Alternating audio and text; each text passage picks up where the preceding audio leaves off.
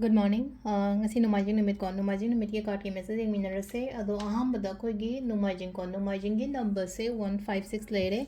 aduga color dana pink color gumba kai gumba mai shina bi ba ko numajing numit se duga chak thong bada na koina hapa ya ba se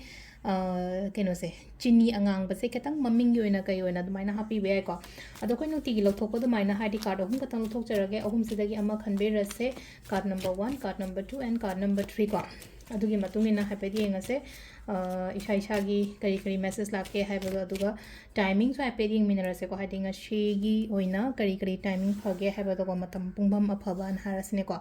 अमाइ तौरगा सिदा लेरे card number 1 सिदा लेरे card number 2 अदुगा सिदा card number 3 लेरे को 1 2 and 3 को अदो अहाम बखनबंग यंगसे को हाइदि फर्स्ट कार्ड खनबंग ये ओइना सिदा लाइब एनर्जी से कइनो को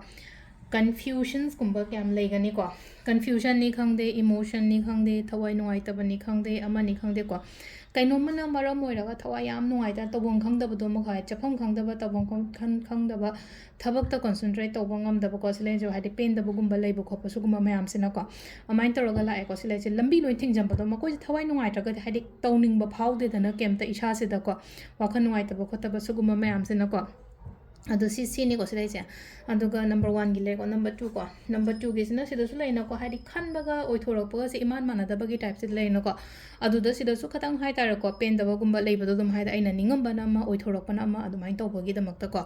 अदो सिदा लेना को हादि ओ हंदक तो यागिद्रगसो हादि मथंगदि सोइनि यानी को हाइबगी दुगी हादि लेना को हंदक से यादरे नत्रगा इन खलमबदो ओइद्रेना खलेन सुम नुंतिगी अदुम ओइरो यारोय हाइनादि पीदेदना को लाइफ ने पुंसिने हादि अंगासी अमुग यानी हयेंग अमुग या कनो तौनी हयेंग अमुग यारोय अदुमबसे अदुम खरा यानारा चक्कदब ओइबनिना सिलेसे को अमदा यागिद्रेना खलगा याम काना खंजला लेगनोबा हादि लंबी अतोप अदुम लाकनिबा अहुम सुबसिना सिदा कइनोमा हाइतारे को ऐसे रेडी ओइरगा ngasi चसिरा चलोइसिरा तौसिरा तौरुचिरा हाइबगी खंजानाबगुंबा लेइ को चलो सिगी पोचे हाइ तार को हादि खंदंग खलगा ले को सिले रेडी दी ओइरगा चटके आना तसिंग तसिंगना खलगा दि चटपिरो दुगी पोतो मको पांगथोकपिबा हाइ तार को थबक ओइना पांगथोकपिबा अदुगा टाइमिंग ने कि पुंग 3 मिनिट 53 दगिना पुंग 10 मिनिट 58 फाउंग लेरे को अदगी 12 मिनिट kumathoi देना अमगा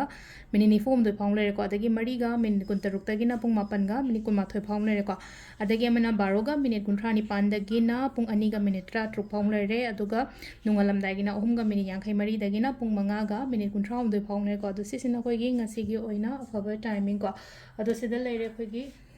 daily card message ko man thank you